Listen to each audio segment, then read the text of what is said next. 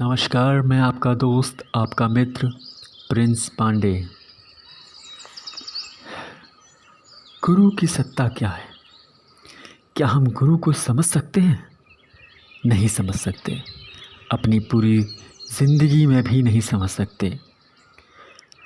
लेकिन इतना ज़रूर समझ सकते हैं कि गुरु तो वो है जिसका नाम लेते ही शिष्य के चेहरे पे एक चमक आ जाती है, एक मुस्कुराहट आ जाती है। जैसे सेब को यदि काट कर देखें तो उसमें से अक्सर 3 बीज निकलते हैं और एक बीज से एक पेड़ से अनेक सेब, और उन सभी सेबों से फिर 3-3 बीज निकलते हैं। हर बीज से एक नया पेड़ उग जाता है। यह क्रम अनवरत चलता ही रहता है। ठीक इसी प्रकार गुरु की कृपा हमें प्राप्त होती रहती है। बस हमें उसकी भक्ति का एक बीज अपने मन में रोप लेने की ज़रूरत है। गुरु एक तेज है जिनके आते ही सारे संशय के अंधकार खत्म हो जाते हैं। गुरु वो मृदंग है जिसके बजते ही अनाहत नाद सुनना प्रारंभ हो जाता है। गुरु वो ज्ञान है जिसके मिलते ही भय समाप्त हो जाता है। गुरु वो दीक्षा है जो सही मायने में मिलती है तो भव सागर पार हो जाते हैं। गुरु वो नदी है जो निरंतर हमारे प्राणों से बहती है। गुरु वह सच्चित आनंद है जो हमें हमारी पहचान देता है। गुरु तो वो बांसुरी है जिसके बजते ही मन और शरीर आनंद अनुभव करता है।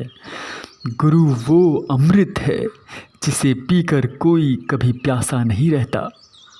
गुरु वो कृपा है जो सिर्फ कुछ सत्शिष्यों को विशेष रूप से मिलती है और कुछ पाकर भी नहीं समझ पाते।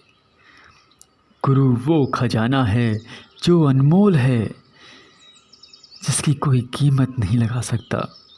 गुरु वो प्रसाद है जिसके भाग्य में हो तो उसे कभी कुछ भी मांगने की ज़रूरत नहीं पड़ती। ऐसी है महिमा गुरु की। हम गुरु को सिर्फ एक उस दिशा में उस मंजिल पे पहुंचाने वाली सीढ़ी समझ लेते हैं। लेकिन उस शिष्य से पूछो, वो बता सकता है कि गुरु क्या है, क्योंकि उसके लिए गुरु उसकी माँ, उसके पिता, उसके भाई, उसके बंधु, उसकी विद्या सब कुछ होता है। तो आज इजाज़त दीजिए और कल वादे के साथ मैं चाह रहा हूँ कि वीडियोस आपको लाता रहूँगा, और यदि आपको अच्छी लगे तो प्लीज़ लाइक और सब्सक्राइब ज़रूर कीजिएगा, जिससे कि आपको आने वाली वीडियोस तुरंत मिल सकें। जय श्री राम। नमस्ते।